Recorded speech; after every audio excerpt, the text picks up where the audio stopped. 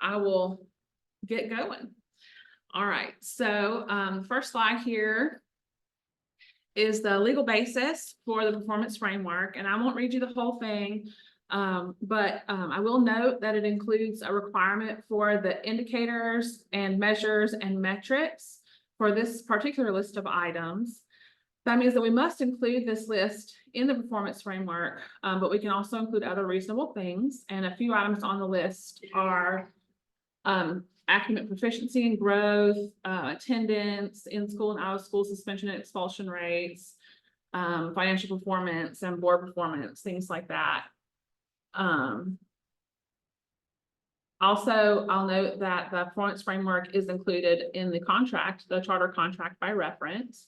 And I will ask Dr. K if she is willing to give us a little background on the framework itself.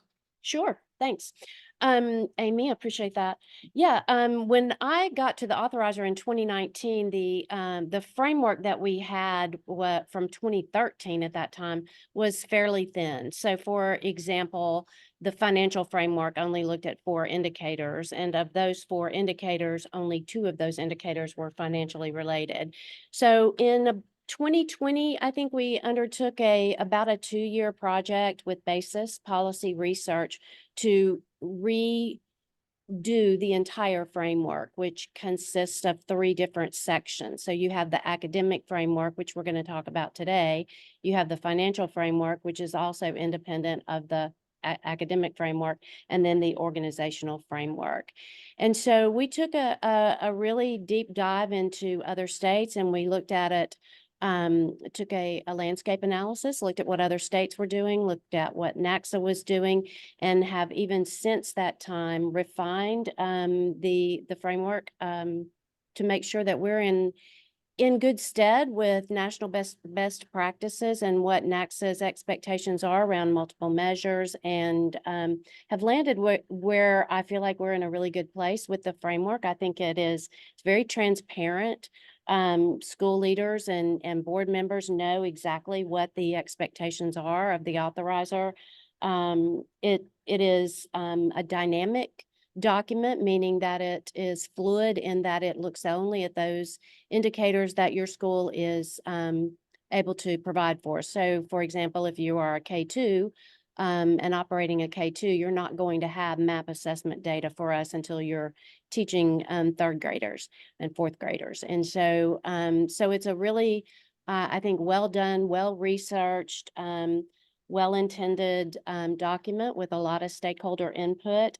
And so we're proud of the work that's been done and have shared it even nationally. So that gives you a little bit of history. We did run a trial run prior to actually assigning results for each of the schools, and so we feel good about what we've done, and always looking to improve with continuous improvement. But we are really proud of this document, and don't really have a lot of negative feedback or any challenges. There are some things that probably could be better that we've tried to improve over time too, and have made those adjustments so that where there's a metric that measures only compliance, we're only looking at those indicators in terms of a meets or a does not meet now. And so just adjusting, and that's really, again, one of the beauties of this framework is that it is dynamic, and we can, as things change, we can change that to move along with that, the changes that are made, maybe to the accountability model or other things. So proud of the work that's been done, and hope that you guys are going to be able to learn a lot and even ask questions today about anything that you might have a question about. So that's a little history. All right, thank you so much. The objectives of the performance framework are to balance the need for the board to provide oversight with respect for the school's autonomy by providing clear standards and expectations for the schools, a transparent, consistent oversight process that is respectful of school autonomy, and a focus on student outcomes, not inputs. That also encompasses MCSAB's role. And the breakdown here, as Dr. K said, we have the academic, financial, and organizational sections. And each of those is a standalone performance evaluation tool, which means that each school gets a separate overall rating for each section. Today, as we stated, we're going to talk about the academic framework. And the goal of the academic framework is to provide information on whether the school's education program results in high student outcomes. There are 7 indicators, as you see here, which we'll look at individually as we move through this presentation. Each indicator includes measures and metrics that provide the details to evaluate the indicator. Only indicators that apply to the grade configuration of each school are used, which Dr. K mentioned earlier as well. And so that helps it to be a more dynamic tool. So let's get started. The first indicator is state accountability, and that's pretty self-explanatory. It's the letter grade that schools get from MDE. We go to the Mississippi Succeeds report card after MDE finalizes their reports and get the letter grade for each school. And then the rating that you receive matches that grade. So as you see here, a D would be an approaches, a B or a C would be a meets. The next indicator is MAP proficiency overall. Or sorry, the next indicator is academic proficiency, and the first measure there is MAP proficiency overall. There are 2 measures that are considered under this indicator, and that's this one and then also a MAP proficiency subgroup. For both of these measures, we collect data from the MAP data files provided to us by MDE for the schools, and the schools in the district with the same school type as the charter school. And that means that the grade configuration for the same school type in the district matches or gets as close to as we can to matching the grade configuration of the charter school itself. And then we compare those 2.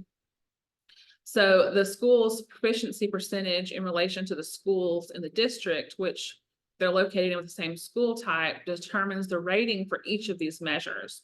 For example, the proficiency overall rating,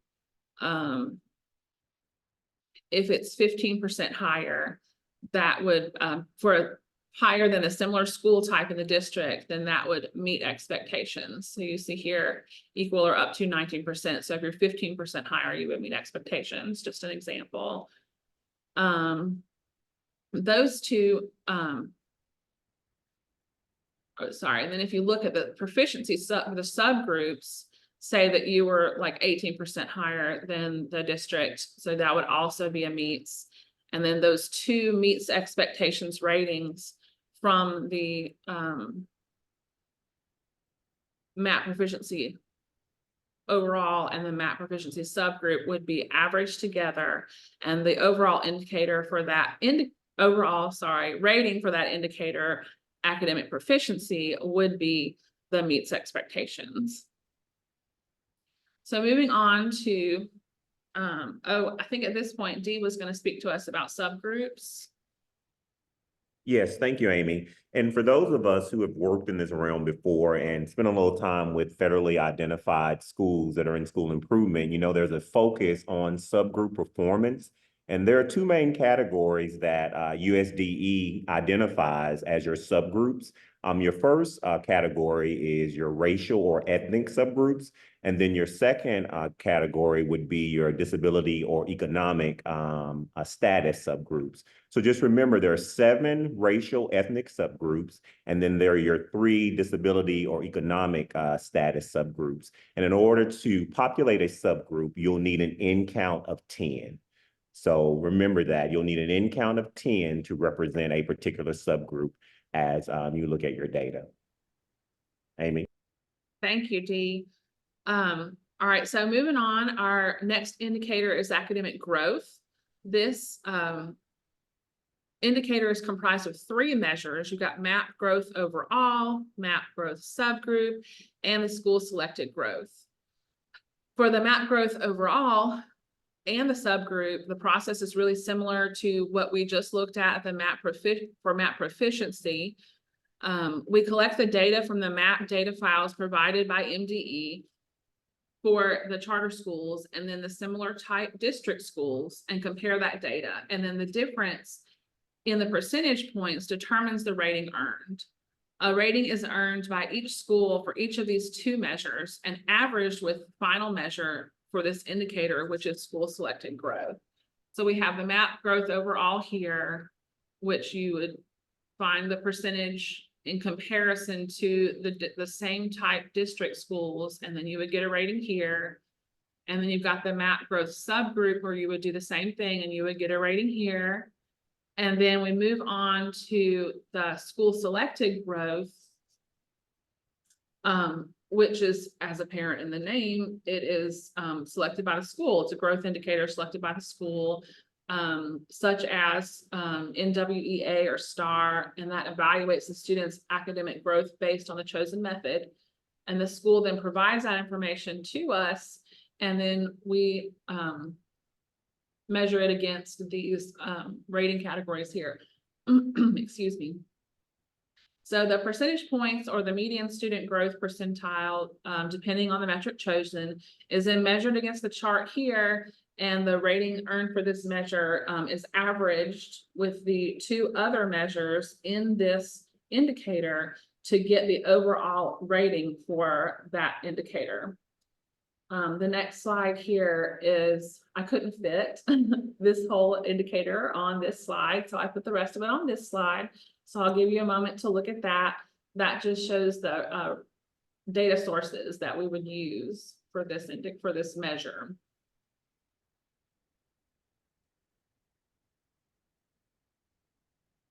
All right, so then next we have got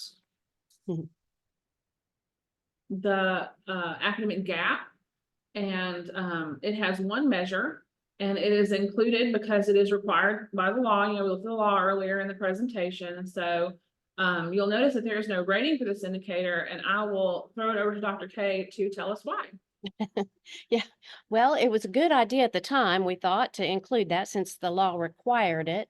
However, the reports that we get from the State Department typically are, again, kind of thin, right? So sometimes there is not enough information to really make a good judgment call on what that means for you as a school leader to inform, or a governing board member to inform instruction or curriculum or anything else.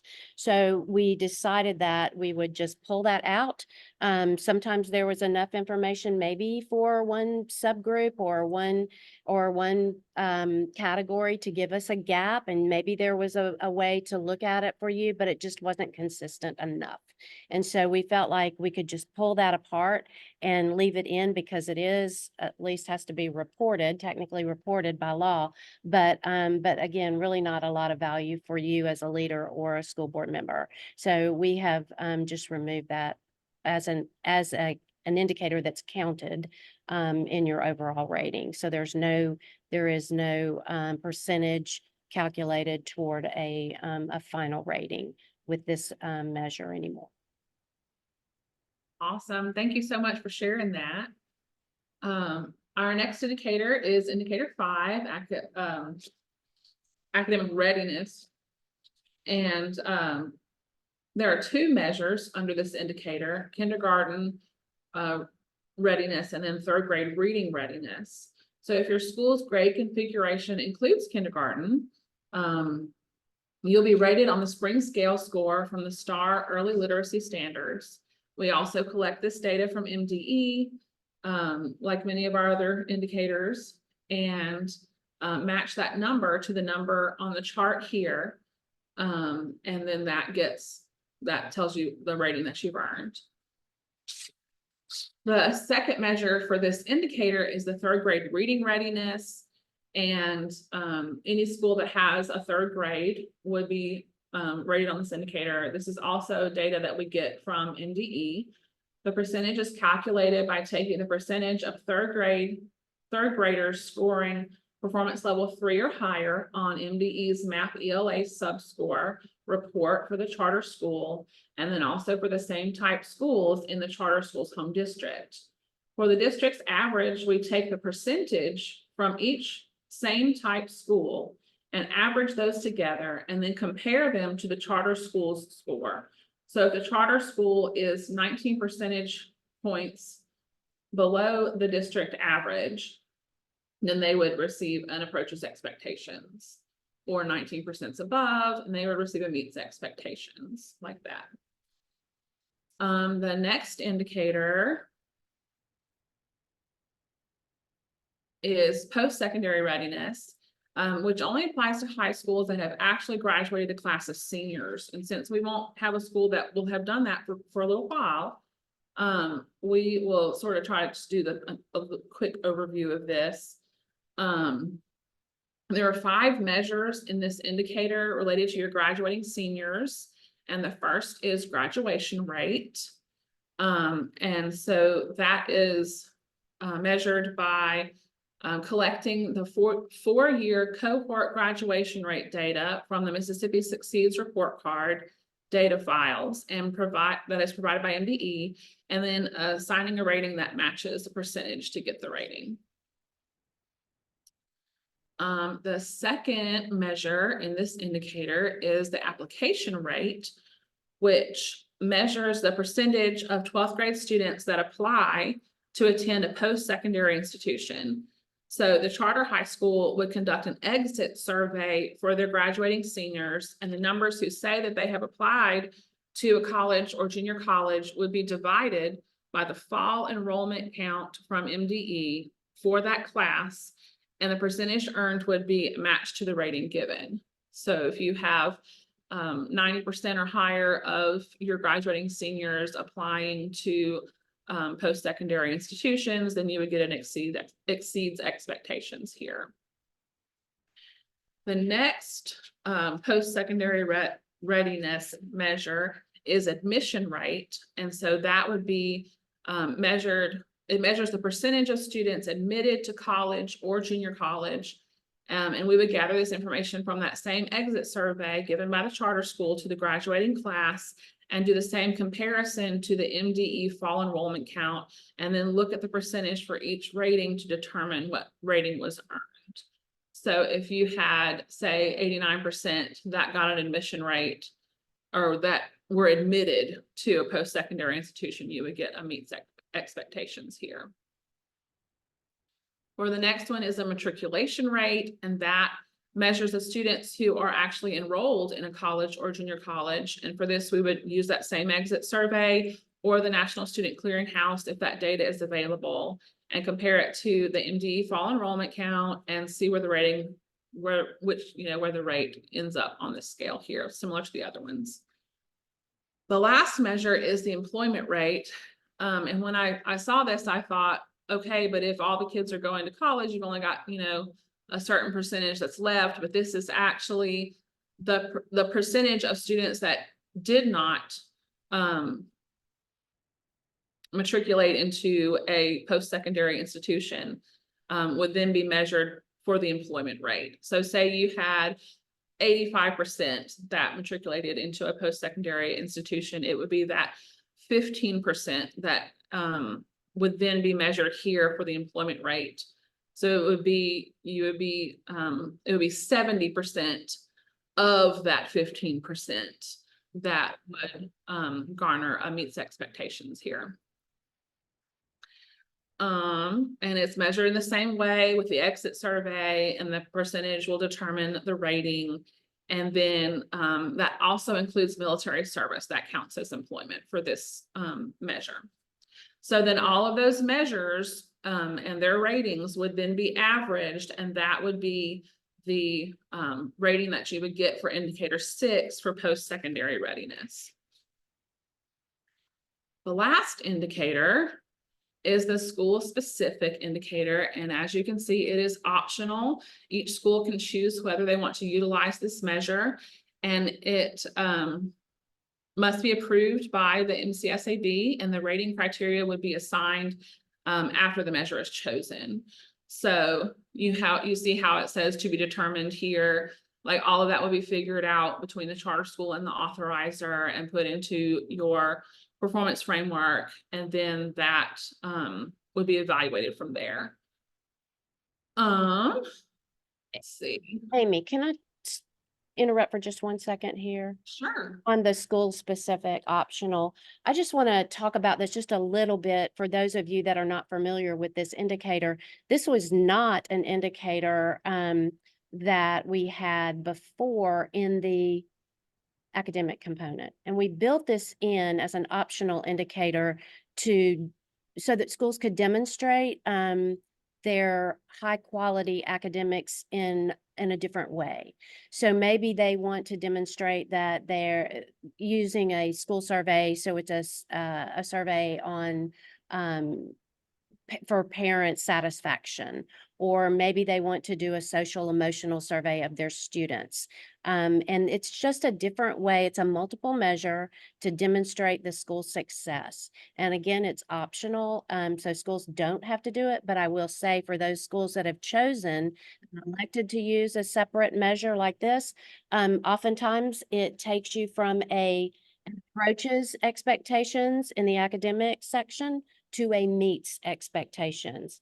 So I would encourage you, if you're not doing that now and you would like to, we have some really good surveys out there that I know some of your colleagues would be willing to share, either for, like I said, social emotional learning, staff satisfaction, parent satisfaction, families surveys, exit surveys, things like that that are really valuable to you as leaders. So if you're not taking advantage of this right now, I would just encourage you to do so. It's really a nice way to demonstrate your success in another way. So again, a multiple measure that's optional though. All right, thank you for that. And actually, we're gonna go on into this summary report. And for the academic framework portion of the framework, this is the summary report. And I was gonna ask Dr. K to speak about the fluid nature of the model, the dynamic, I guess, way that it works. Sure. Okay, so right here, then you're going to see for those schools that are in the accountability model, you're going to have a weight toward your overall rating here. So that rating is, again, only if you're in the accountability model. Your proficiency, every school is going to have a proficiency rating, whether it's your school selected growth indicator or the academic measure using MAP, which is the state assessment. It's the same for growth. I said that backwards. So for growth, you're always going to have that. The academic gap is always going to count 0%. We talked about that just briefly, and you know the rationale for not counting that, for reporting it and not counting it towards your overall rating. The academic readiness indicator is only for those schools serving kindergarten and or third grade. And then we just talked about your school optional indicator. But those weights vary depending on your school configuration. So as I stated earlier, the framework itself is fluid in that way. So you're only going to get measured on those grade level configuration indicators that are available for us to look at. And you're only going to get compared to schools that look like you. So we're not comparing you to the overall district in which you're located. We're comparing you to like schools, similar schools. So in Jackson, for example, there might be 16 elementary schools, and we're going to only pull out those schools that you would be comparable to. So if you're serving third, fourth, and fifth grade, then we're only going to capture the data from the third, fourth, and fifth grade in that particular area, so that you're getting real true apple to apple measure and not, and we're going to pull out the magnet schools, any of the schools that are special schools as well, so that you're not getting measured against higher performance or outliers that that would impact you in a potentially a negative way. So again, we feel really, really comfortable with this measure. And again, I would encourage you to use that school specific optional, because it is your multiple measure and another way to demonstrate success, often taking you from a meets or approaches expectations, as you see here, to a meets expectations, which is what you want want to see. Your contract says under the performance framework area, the performance section, that the expectation is meets expectations or exceeds expectations. So keep that in mind when you're selecting your benchmark data and your or your assessment tool that you'll use for your benchmark, and your school specific optional as well. Anything else, Amy, on that? I think that was it. I think you covered it all. Thank you. And then we also wanted to mention that our goal, once we finish the work for this coming set of performance frameworks, is to present these to each of the governing boards at one of your meetings. So that would be something that we would look forward to. We also wanted to highlight some resources available to you if you want to go look through. I'm going to switch screens. I don't want to give anybody vertigo, so y'all just prepare. All right, so the website here, you can see on the resources page, there is a performance framework tab down here, and you would click on that, and that gives you updated. Thank you, Jordan, who's not with us today. Links to the academic framework, and then the guidance that helps us to evaluate the measures and metrics for academic, financial, and organizational. There's information about the intervention ladder, the annual performance report, and some renewal information here as well. So those resources are available to you on our website. I'm switching back. I'll also mention that we do have 2 more performance framework trainings that are coming up on the calendar. We've got September 20th, which is going to be about our financial framework, and then November 15th, which is going to be about the organizational framework. And then I put some contact information up here for Dr. D and for me. And then, as always, you feel free to contact anybody on the staff if you have any questions or concerns about anything. And then also we'll open the floor now for any questions if anybody has any. So please feel free to chime in. Hey, Amy, good morning. This is Kamala Boyd-Shaw with LaFleur Legacy Academy. Thanks so much for the information. I apologize for my camera being off and not being with you all, but I am mobile this morning. Summertime is really hard. Try to get in a little time. But my question is, and it may not be apropos just for what you talked about. I understand we're going to do the performance framework trainings in 2 more sessions talking about each part individually. But I was wondering if you could talk about the timing of the performance framework in terms of the MCSAB, Mississippi Charter School, completing it and distributing it to schools and turnaround time. Just if you could talk about that, or if that needs to wait until after all 3 sections are discussed, I'm certainly fine with waiting until after then. No, that's fine.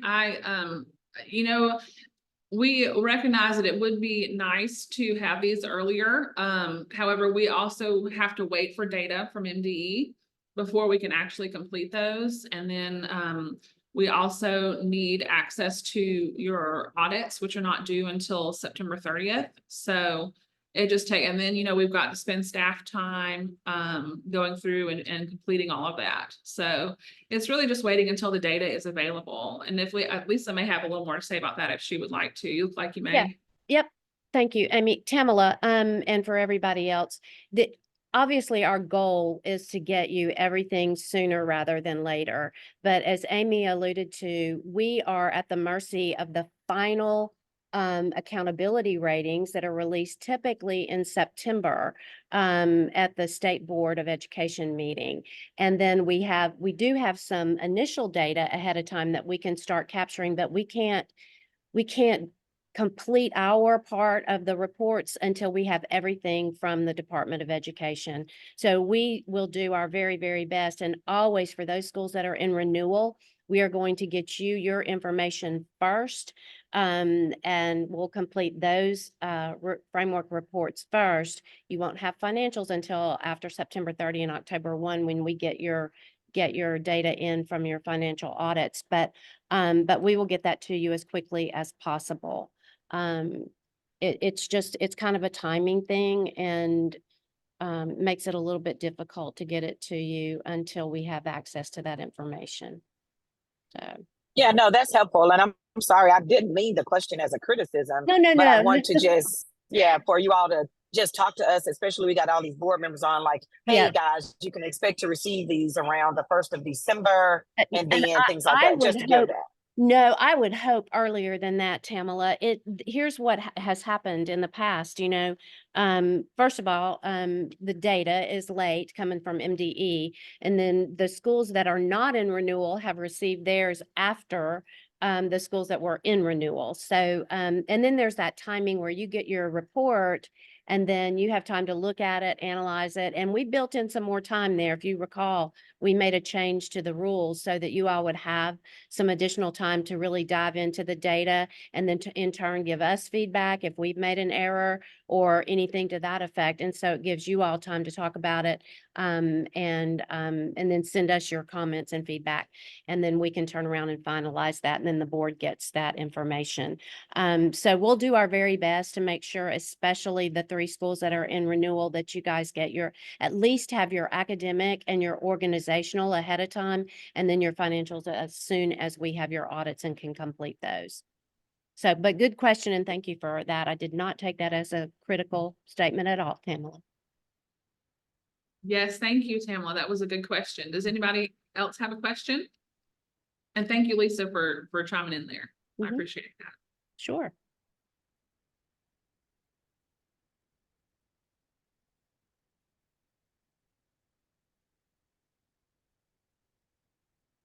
Anybody else? Last chance.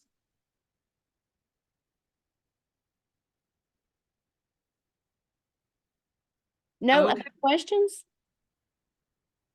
All right, well, y'all feel free, if you have questions, maybe you just need some time to digest and you think, well, I need to ask a question about that. Y'all feel free to email or call up here. We're happy to answer any questions you may have and give you any guidance if you need anything. And I guess that's probably about it. Did you have something else? I just one thing, if there's a board member on here that would like to share any that's experienced and been through this process before and would like to share a little bit about the process, we would appreciate your feedback. I'm looking at one person in particular, but he cannot see me looking at him. So maybe he would be willing. He's usually willing to talk and speak. So anyway, if somebody on the call would like to give some feedback to the others who haven't maybe experienced it yet, I'd appreciate that.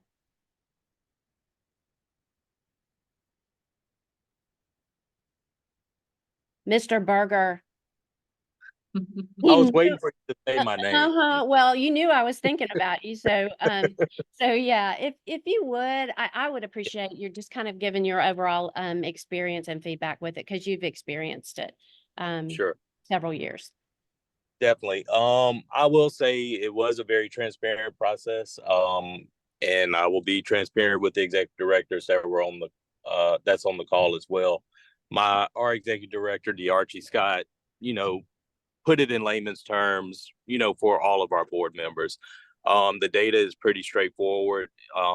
It wasn't cumbersome. We didn't have really too many questions. I think we had a couple clarifications that we pushed through to get a better understanding of the numbers, and we got responses back very quickly. The process, once you have the data, isn't very long. From that standpoint, depending on the questions that you have, it was seamless. It was a very good experience, for us at Ambition Prep. We didn't have too many issues, whatsoever. And I'll just kind of, leave it from that standpoint. Well, thank you for sharing that. I just want to, because it can be kind of overwhelming, especially for board members who've not had the experience yet. to look at all the information and kind of make sense of all the data and how it's captured and calculated. And we, by the way, we do not do that by hand. So we have an Excel document that calculates all of those metrics for us and gives us, it rolls it up into an overall rating. So it does help to limit some of the potential for errors in our capturing of the data. But thanks, Mr. Berger, for sharing that. I appreciate it. Hopefully ease some of the concerns maybe from other members on the call. Definitely. It was a great process. I'll just reiterate that. Thank you. Appreciate that. Yes, thank you so much. I really appreciate you sharing that with us. So if you've had a minute to kind of think about things, is there anybody else out there who would like to ask a question before we get done? Okay. All right. Well, thank y'all so much for being with us here today and for your thoughtful questions and Feedback. Yeah. feedback. Yes.